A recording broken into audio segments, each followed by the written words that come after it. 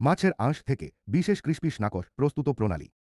আজকের মেনুতে রয়েছে বিশেষ এক পদ। প্রথমে একটি বর মাছের পেছন দিক থেকে লেজার লাইনের সাহায্যে একটি বিশেষ স্থান চিহ্নিত করা হয়, সেই নির্দিষ্ট স্থান থেকে অত্যন্ত সাবধানে, যেন মাছের মাংসে কোনো আঘাত না লাগে। আঁশগুলো তুলে নেওয়া হয়, তোলার পর আঁশগুলোর স্বচ্ছতা পরীক্ষা করা হয় নিখুঁত ও সেরা মানের। আঁশগুলো বাছাই করে একটি পাত্রে রাখা হয়। আঁশ তোলার পর মাছের ক্ষতস্থানটি ব্যান্ডেজ দিয়ে ঢেকে দেওয়া হয়।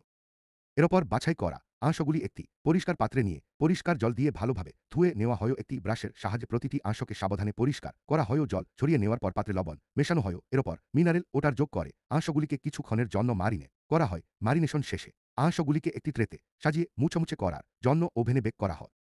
এবার রান্নার জন্য শুকরের মাংস নিয়ে মিহি করে পেস্ট করা হয়। এই মাংসের পেস্টে সামান্য লবণ ও লঙ্কা গুঁড় মিশিয়ে ভালোভাবে মাখিয়ে নেওয়া হয়। মিশ্রণটি একটি ছোট প্লেটে রেখে স্টিমারে দেওয়া হয়। মাংসের পেস্টটি পর্যাপ্ত সময় ধরে স্টিম করা হয় যাতে তা আংশিক সেদ্ধ হয়ে যায়। অবশেষে আসে পরিবেশনের পালা। একটি সবুজ পাতার ওপর স্টিম করা মাংসের পেস্টটি সুন্দর করে রাখা হয়। চারপাশে বেক করা মুচমুচে আঁশগুলিকে পাপড়ির মতো করে সাবধানে সাজিয়ে দেওয়া হয়। এর উপর সামান্য কারি পাউডার ও খাওয়ার তেল যোগ করা হয়। পরিবেশনের চূড়ান্ত ধাপে এই সুন্দর ফুলের মতো খাবারটির মাঝখানে আগুন জ্বালিয়ে দেওয়া হয়। এখন এই বিশেষ পদটি অতিথিদের উপভোগ করার জন্য